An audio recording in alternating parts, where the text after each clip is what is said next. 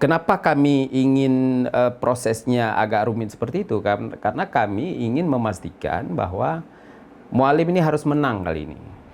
Ini pertaruhan bagi Partai Aceh pertaruhan terakhir.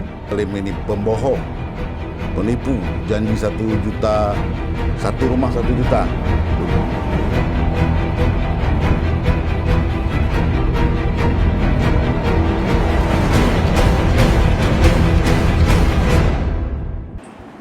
Assalamualaikum warahmatullahi wabarakatuh. Kembali lagi dengan saya Siti Aminah di channel Pehtem, tepatnya di episode ke-81 tahun keempat edisi Senin 27 Mei 2024. Bagi rekan yang belum subscribe, silahkan subscribe dan kita masih menunggu komentar yang positif dan membangun pastinya. Baik rekan Pehtem, kita akan membahas tentang isu yang tengah viral di masyarakat kita mengenai menjelang pilkada. Ini ada 4 partai nasional untuk berebut menjadi wakil gubernur Muzakir Manap atau Mualim sebagai calon gubernur di pilkada mendatang. Keempat partai tersebut adalah Ketua Partai Gerindra Aceh ada Fadullah atau Dekfat, Ketua DPD Partai Demokrat ada Muslim, Ketua DPD 1 Partai Golkar Aceh TM Nurlip, Ketua DPW PAN Aceh Mawardi Ali, dan juga dari internal satu ada Abu Razak. Tentu menjadi pertanyaan kita adalah kenapa nih partai nasional berebut menjadi calon gubernur Pak Mualim.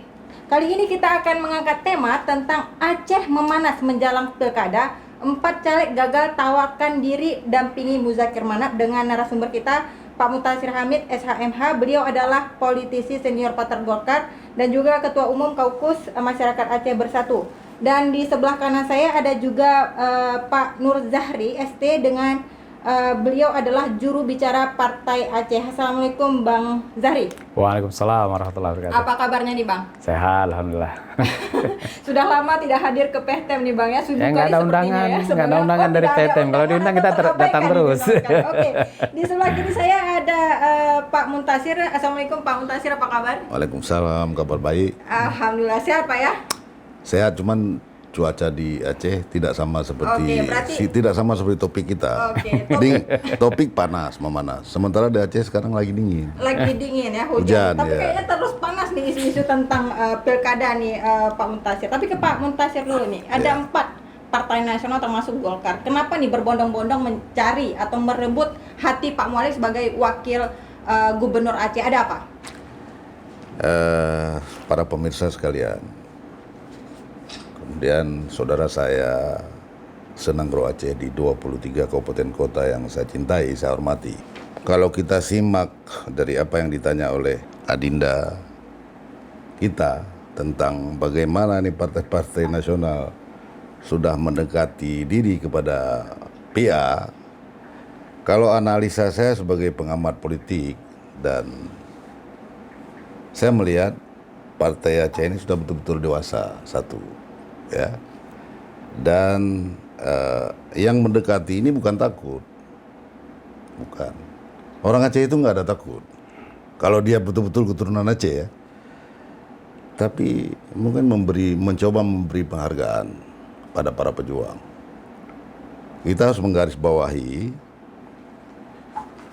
Mualim ini itu jabatan beliau sebelum berdamai itu panglima. Ya. Jadi saya pikir kawan-kawan dari Parnas, termasuk dari Ketua Golkar TM Nurlip ya, kemudian Fad dari Gerindra, ada dari PAN, ya. Mungkin mereka itu tahu diri misalnya setelah melihat saya yang bawa Otsus ke Aceh itu siapa. Hari ini kita nggak bisa bohong, ya. Untuk masyarakat Aceh supaya tahu bagaimana sebelum berjabat tangan dengan Republik Indonesia. Antara lain ya itu perjanjiannya. Jadi perjanjiannya misalnya 70-30 minyak misalnya. Nah, yang menjadi masalah bagi masyarakat sekarang, di mana uang itu sekarang?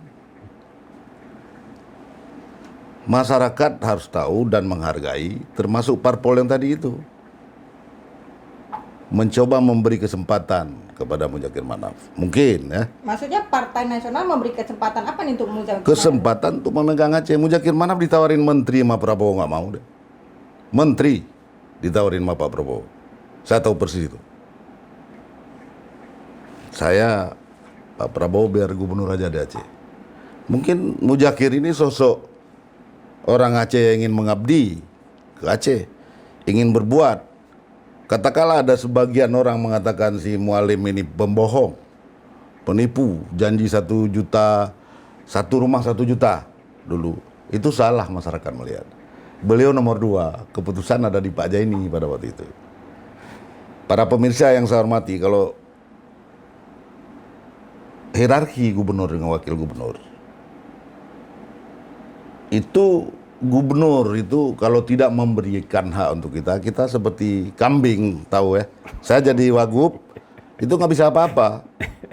Kalau gubernur tidak memberikan hak untuk saya, begitu juga Mualim waktu itu. Katanya akan memberi uang, dia berkeinginan waktu itu. Tapi Pak Jaini ini nggak bisa ditawari, Jaini Abdullah. Dokter. Ini maaf, bukan saya kembali kepada ini.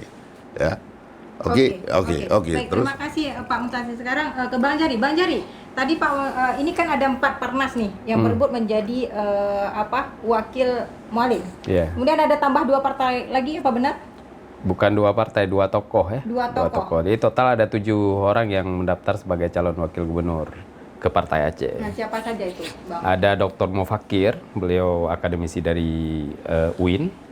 Dan ada Profesor Ajung Marniati, rektornya Ubudiyah. Rektor Budi itu secara ketokohan ya, bukan melalui partai. Bukan melalui partai. Bagaimana PA sendiri maksudnya memverifikasi keempat Parnas atau ketujuh tersebut? Jadi seperti ini. Partai Aceh pada periode 2024 Pilkada ini mengusung konsep yang berbeda. Kalau sebelumnya kami kan kesannya eksklusif nih kan. Kami proses seleksi calon kepala daerah itu tidak terbuka untuk umum. Kali ini dan sebenarnya untuk pemilu 2024 ini juga mengusung konsep yang terbuka.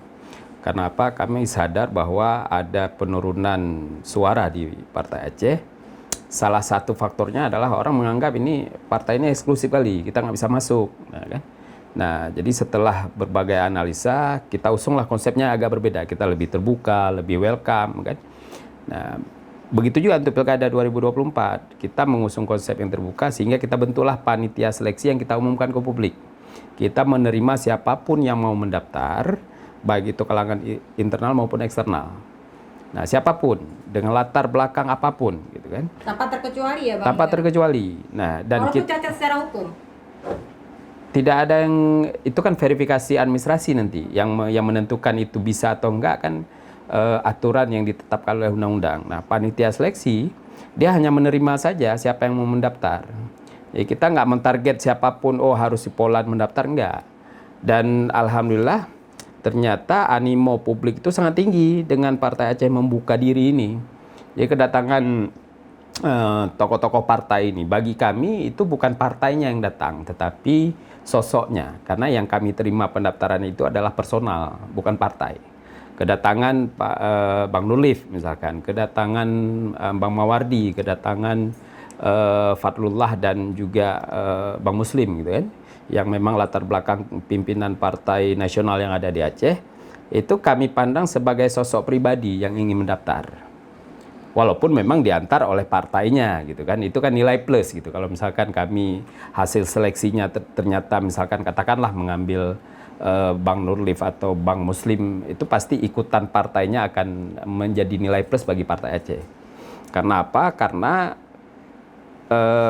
kami adalah satu-satunya partai yang secara regulasi cukup untuk mengusung kandidat pasangan.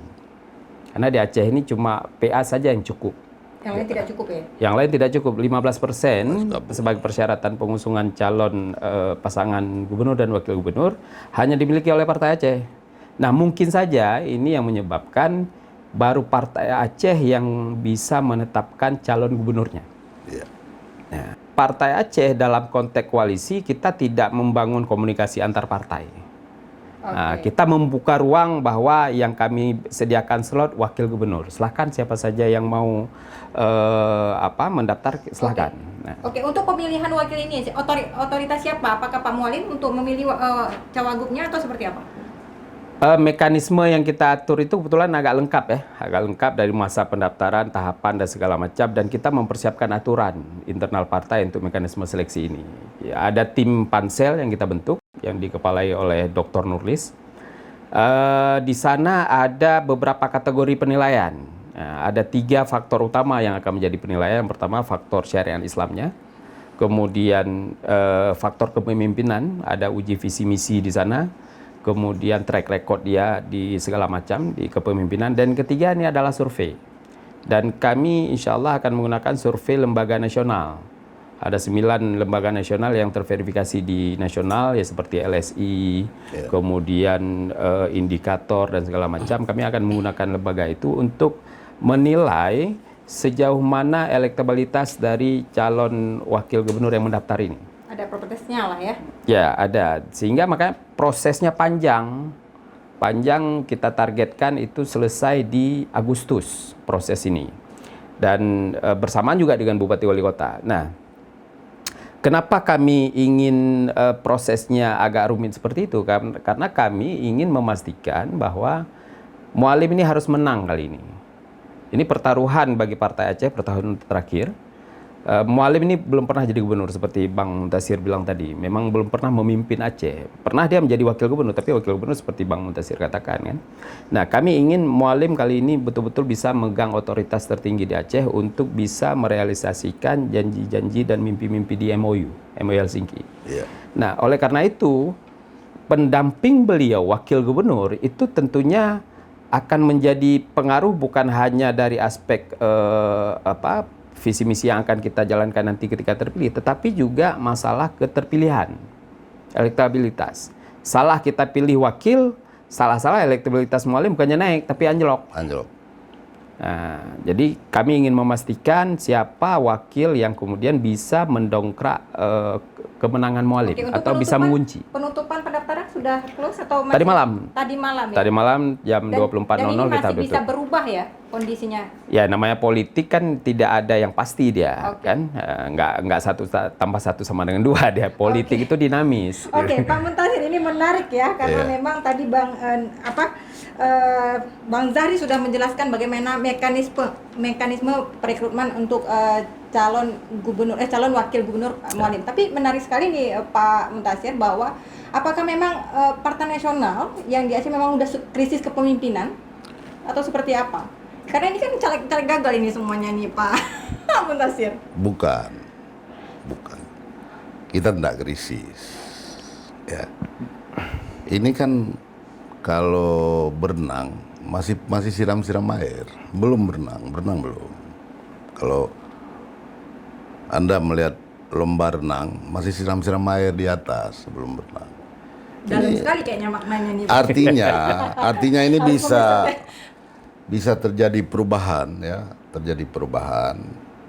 Apakah di awal Agustus, apakah di bulan 7, sebab ini begini. Saya ada mendengar isu-isu di luar juga. Bapak PJ Gubernur juga naik.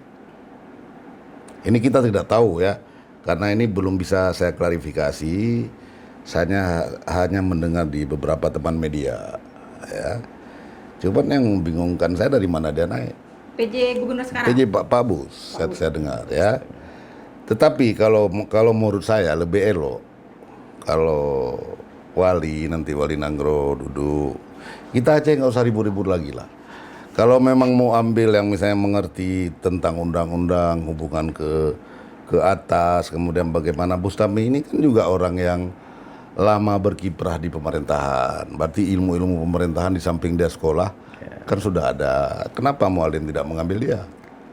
Oke. Ya kan? Menawarkan lagi nih. Bukan kita tawar ini. Menawar menjadi wakil atau enggak. Kita membuka hati kita, membuka mata kita, membuka segala-galanya. Kita nggak perlu ribut-ribut lagi lah. Juga kita nggak bisa pandang sebelah sekarang munculnya mantan wagub itu Nazarudin. Siapa? Muhammad Nazar. Dia mencalonkan diri, dari mana mencalonkan diri siapa belum tahu. Cuman kita lihat secara urgent hari ini adalah seperti pelaku-pelaku, walaupun dia kalah di tingkat nasional, Nasdem itu bahaya juga.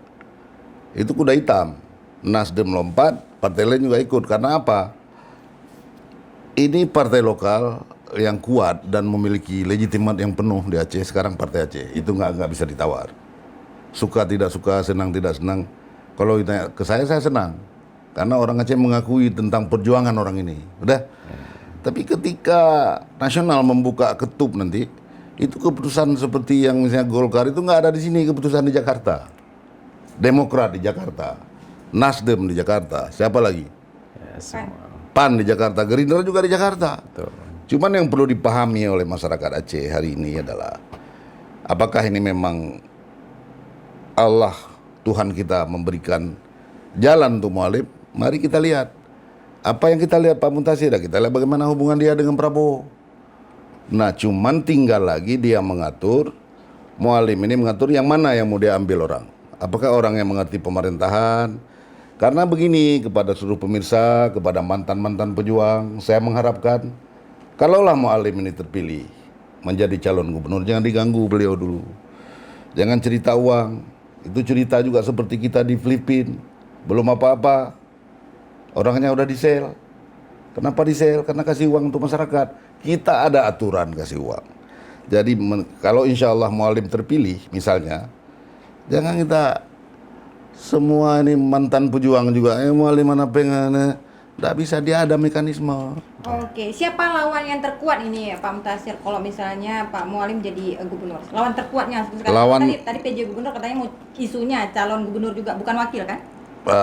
Tapi saya melihat Mualim ini bijak. Mualim ini memelihara situasi. Ini kan sudah pada cooling down. Jadi kalau Bustami ini kalau tidak maju atau dia kepingin sekda terus juga dia masih ada waktu kalau misalnya Mualim naik dia jadi sekda terus. Tapi lebih bagus kalau saya mungkin yang masih dangkal ini mengamati dunia politik yang sekarang ini, Mualim mengajak Bustami untuk mendampingi beliau. Karena maaf ya, seorang kepala daerah itu tidak semuanya menguasai dan tidak harus. Pak Muntasir, Anda belum menjelaskan ini siapa lawan terkuatnya? Lawan terkuat kalau penghuni surganya seperti apa? Bocorannya seperti apa? Apakah Pak Nasir Jamil atau Haji enggak, Umar? saya Nasir Jamil. Haji Umar dia kan lumayan, Haji Umar banyak loh pemilih. Nanti orang Aceh akan menyaring sendiri, tidak sebodoh itu juga. Tidak langsung misalnya ini harus jadi pemimpin. Berarti sejauh ini tidak ada saya melihat kalau terjadi hal-hal yang tidak diduga, makanya dari sekarang bagaimana Mualim mesti bersatu dengan Bustami. Ya. Artinya hal yang tidak terduga saya anggap Bustami kuda hitam ini. Oke, terima kasih Pak Muntasir. Bang Zahri ya, itu tadi Pak Muntasir mengatakan bahwa Pak Prabowo sempat menawarkan Mualim jadi menteri, benar nggak? Ya, betul. Itu sebelum pemilu nggak? Sekarang Setelah pemilu lah. Setelah penetapan. Gimana masyarakat mau percaya kalau misalnya Prabowo aja suara kalah nih telak di Aceh? Ini masalah antara Prabowo dengan Mualim itu berbeda konteks dengan suara di Aceh. Mereka ini sahabat bersama yang jatuh bangun. Mualim itu sudah bersama Prabowo ketika Prabowo kalah. 2 kali kalah Mualim sama Prabowo. Dan hari ini kebetulan menang Pak Prabowo gitu. Jadi ini bukan lagi cerita suara berapa di Aceh, enggak. Ini cerita 2 sahabat. 2 sahabat antara Prabowo dan Mualim. Jadi ini tawaran kepada Mualim sebagai menteri ini adalah tawaran kepada sahabat ini, bukan karena suara Aceh. Karena kan isu yang beredar di masyarakat nih, Bang Zahri, kan sebelum pilkada itu Pak Mualim minta jatah menteri, 2 menteri. Iya, 2 menteri. Kan? Itu dengan waktu itu kan dengan asumsi kita bisa mengulang sejarah suara Pak Prabowo sampai 84% dulu gitu kan.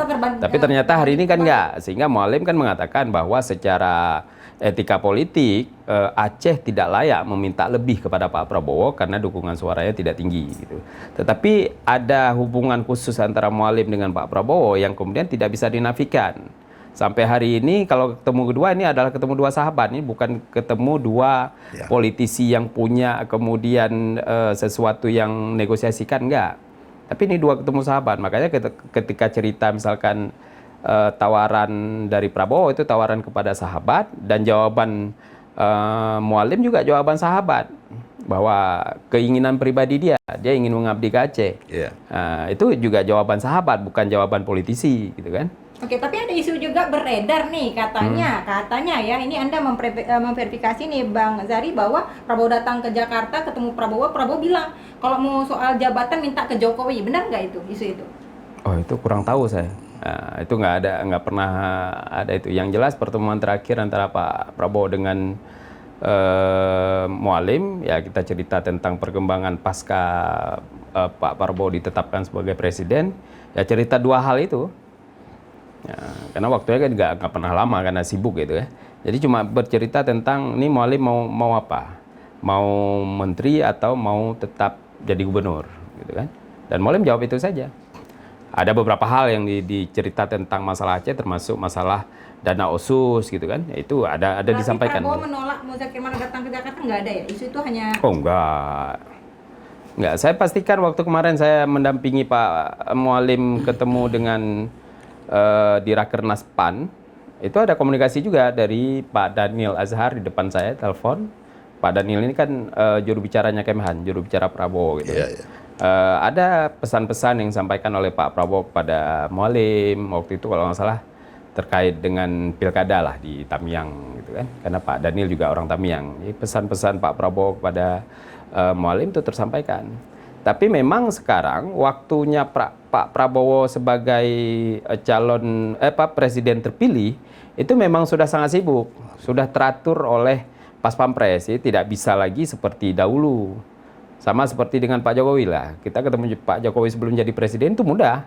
Tapi begitu dia ditetapkan jadi presiden dan jadi presiden malah itu sudah prosedurnya udah sangat rumit. Protokolernya sangat rumit.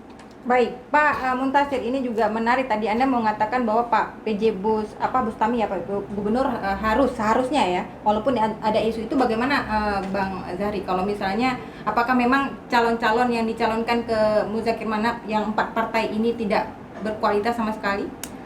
Kita tidak melihat dari sosok ya, karena yang baru kita bicarakan ini kan mekanisme pendaftaran tim seleksi.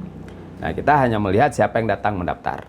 Nah, saya mungkin menduga kenapa pola pembicaraan politik masyarakat Aceh ini terjebak dalam pendaftarannya partai Aceh. Padahal partai lain kan ada buka pendaftaran juga. Di Nasdem saya dengar ada Wagub Nazar daftar sana, ada Profesor T. Asani, ada Profesor Dani Daud yang mendaftar sana, tapi tidak menjadi fokus masyarakat. Yang jadi fokus adalah siapa yang mendaftar ke partai Aceh. Iya. Nah, karena orang paham bahwa yang pertama Partai Aceh punya cukup kursi untuk mengusung. Kemudian ada sosok yang kuat di Partai Aceh yang memang berpeluang jadi gubernur, yaitu Mualim. Nah, jadi seolah-olah yang mendaftar ini saja yang kemudian menjadi fokus pembicaraan. Padahal ini kan baru pendaftaran. Kita belum cerita apakah sosok-sosok yang mendaftar ini kemudian punya nilai yang diharapkan oleh Mualim atau tidak.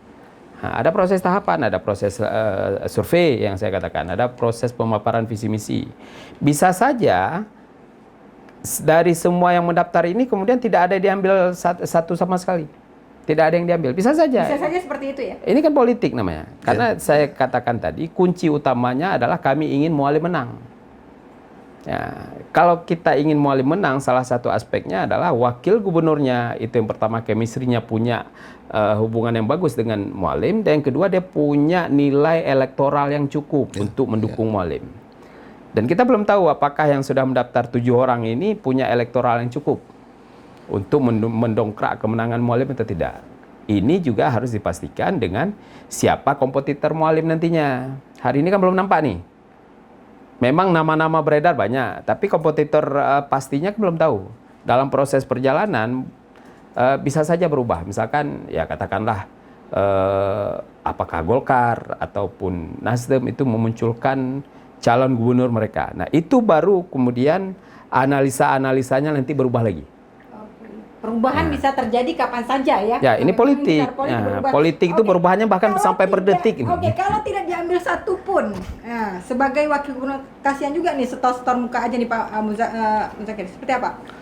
Maksudnya Mualim tidak Enggak, partai ini setor-setor aja, tiba-tiba nggak diangkat. Ini Begini. kan jadi sebuah kekecewaan Begini, yang besar. masyarakat juga perlu tahu yang bahwa yang 4 partai ini itu pusatnya di Jakarta bukan di Aceh. Jadi untuk apa daftar kalau seandainya tidak ada harapan Enggak, untuk pilih? secara pribadi dia mendaftar. Decision makernya itu ada di ketua umumnya di sana, ada di Wanhatnya di sana, apalagi di Golkar itu ya, tidak semudah itu. Jadi yang harus kita ketahui bersama, mungkin ya, seperti yang saya katakan, lebih bagus kita semua ini, tidak harus Mualim, kita juga, ayo kita mengajak Bustami dari PJ. Kayaknya Bapak Andri nggak setuju ya dengan partai ini ya, Pak Bustami terus nih yang Enggak, diwacanakan. bukan, karena saya melihat Jakarta memberi kepercayaan kepada dia. Jadi Tidak memberi kepercayaan kepada Mualim. bukan, PJ. Iya, PJ artinya dicalonkan juga. Nah, sebagai gubernur. bagaimana diberi kepercayaan ke Mualim kamu bukan pegawai negeri. Ya, dengan Mualim itu dia naik gubernur nanti. Maksud saya lebih bagus Mualim berduet dengan PJ. seperti diharapkan oleh Jubir. Itu PJ itu kan yang sekarang kita lihat ini bagaimana bekerja. Bagaimana bekerja. Misalnya hari ini kita singgung ke Bustami ya. Bagaimana dia menyukseskan PON, bagaimana dia menyukseskan jalan tol ya. Nah, Oke, Pak itu aja. Pak Mustasi, maksud Anda adalah Pak Mualim bagusnya bersaing dengan PJ gubernur hari ini. Jangan bersaing. Sebab ini saya juga takut. Jangan. Sama-sama calon gubernur. Nggak Kalau boleh. Anda dari Partai Golkar tidak menyetujui misalnya Pak Gubernur Bukan saya tidak menyetujui. Golkar itu luas, ya. Golkar itu luas. Golkar itu dia memang komando terakhir. Tapi kalau lagi begini luas, masing-masing bicara. Nanti itu ada komando, ya. Yang saya katakan, ini jangan banyak lagi masuk orang. Udah diambil Bustami jadi wakil, jangan pula Pak Bus ini yang kita hormati sekarang ini jadi lawan Mualim kelak, jangan. maksudnya jadi wakil ya Wakil Pak, Mualim. bukan jadi saingan. Kalau saingan tentu bukan Pak Bustami ya, Jadi yang lain. bukan, kan seperti dikatakan Jubir PA, semua bisa berubah, ini politik. Iya. Hari ini kawan, ya, besok udah lawan di bidang politik lawan, ya. Jadi kalau emang Bustami ini punya potensi untuk maju gubernur, saya juga mesti melihat partai apa. Tapi karena berbicara Parnas ini berada di Jakarta, dalam sekejap itu terjadi perubahan. Taktik kan. Berarti Anda meragui ini ya, 4 Parnas yang tadi untuk menjadi wakil Mualim ini. Kalau saya Meragukan.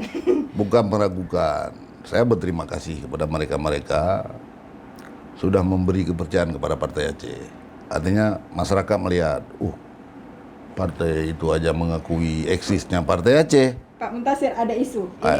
Ini mungkin Anda bisa mengklarifikasi dari Pak Jahri ya.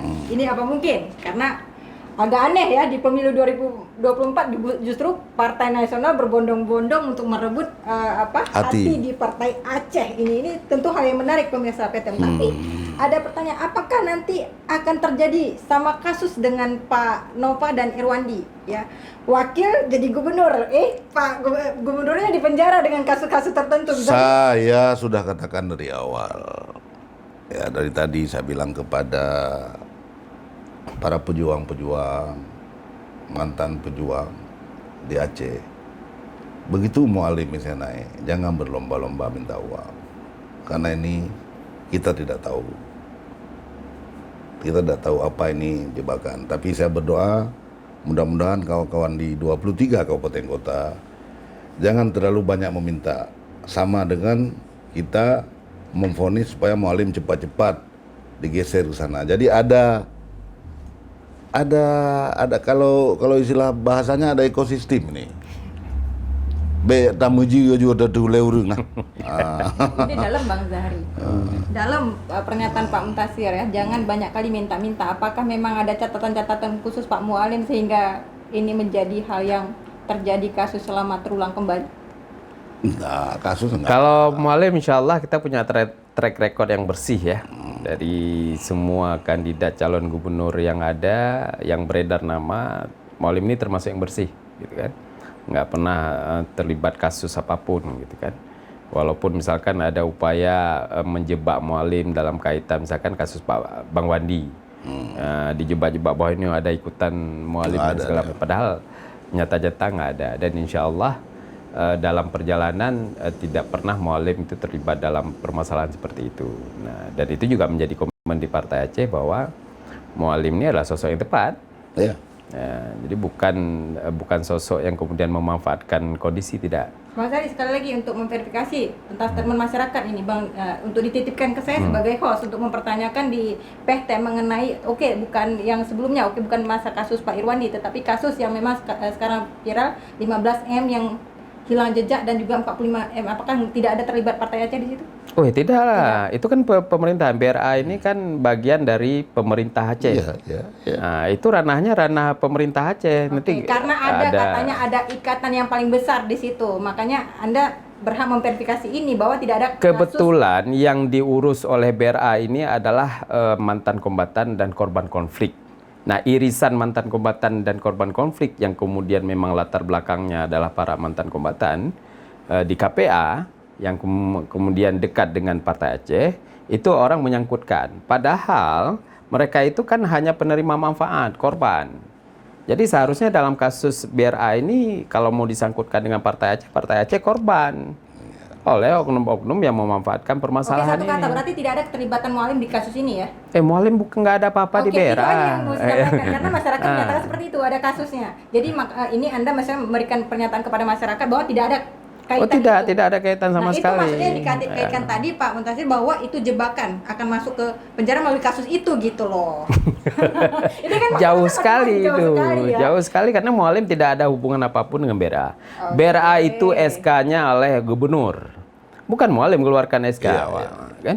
Jadi mekanismenya mekanisme pemerintahan, uangnya uang pemerintahan. Oke, baik. Oke, untuk closing statement nih, untuk pertanyaan terakhir nih Pak Muntasir, apakah betul nanti Pak Mualim akan bersaing dengan tong kosong nih kalau misalnya kompetisi karena kalau nggak ada lawannya nih?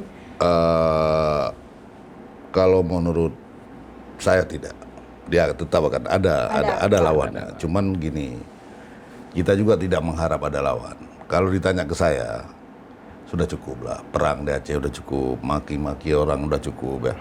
Sekarang PJ orang sendiri. Kalau lama kan orang nggak jelas yang lama ya. Jadi maksud saya, ayo sama-sama sekarang kita berjalan sesuai dengan rule yang ada ya. Kemudian ya sekarang saya tambah sedikit kalau boleh ya. Cobalah bekerja pada pekerjaannya, misalnya orang yang nelayan kuala-kuala itu dibersihin, dikerok. Jangan polisi tiba-tiba nangkap orang pasir di sini, agak sikit lah Pak Polisi ya. Ya, itu aja saya pikir nggak usah lagi dipolitisasi dalam berbicara. Biarlah kita lihat seperti air mengalir. Kita cinta. Walaupun air mengalir itu juga politik ya. Enggak, air mengalir itu Adinda, air mengalir bahaya. Sesekali bah dia. Tiba-tiba datang. Ya. Baik, terima kasih Pak Muntasir. Bang Sari, silakan sampaikan closing statement. Ya, saya pikir menarik di Aceh. Kalau dulu ketika Partai Aceh sangat eksklusif, gitu kan, mungkin dinamikanya tidak semenarik hari ini, gitu kan. Banyak calon yang muncul dan segala macam. Tapi ketika kami membuka diri, kok tiba-tiba malah semua arus itu merapat ke Partai Aceh. Ini juga suatu kebahagiaan bagi Partai Aceh dan juga menjadi catatan penting bahwa memang kami harus lebih sering membuka diri. Karena semakin kita buka ternyata arus politik yang ada itu malah sinergi semua.